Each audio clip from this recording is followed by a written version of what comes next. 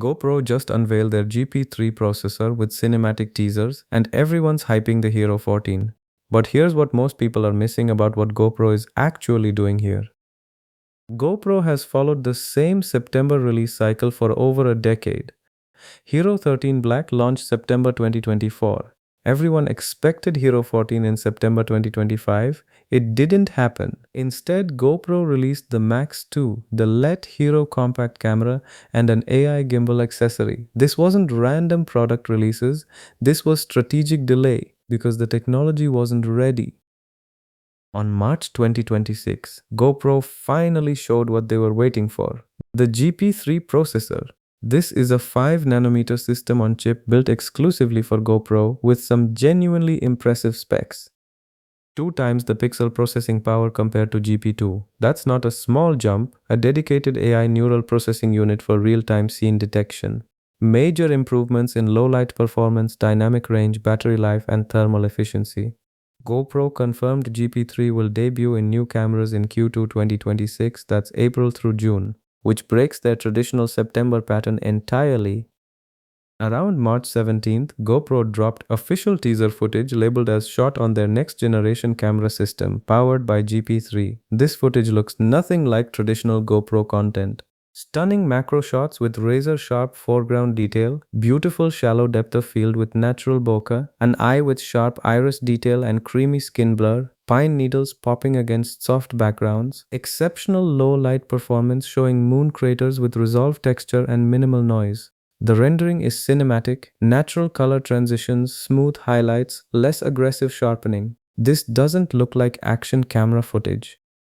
GoPro is moving beyond pure action cameras. The CEO called it cinema-grade performance for the ultra-premium imaging market. The GP3 chip will power action cameras, 360 models, vlogging cameras, and compact cinema-grade tools. This diversification strategy makes sense from a business perspective. The action camera market is mature. Growth comes from expanding into adjacent categories where GoPro's brand recognition and engineering capabilities create advantages. The Hero 14 Black will almost certainly be the flagship Q2 launch. Based on the GP3 specs and teasers, expect dramatically better low-light performance, longer battery life in 4K, 5.3K, and 8K modes, smarter AI-powered stabilization, higher resolution and frame rate options, and that cinematic look from the teasers. Pricing is expected between $400 and $450. Hero 13 launched at $399, but significant processor upgrades typically justify price increases. Hero 14 is just one piece. GoPro is working on Max 3 as the next generation 360 camera, a dedicated vlogging camera with flip screen and strong low light to compete with DJI Osmo Pocket 3, and an ultra-premium compact cinema-grade camera. They've been developing a pocket-style camera for years. Patents showed flip-screen designs and gimbal integration. The GP3 processor finally makes these products viable.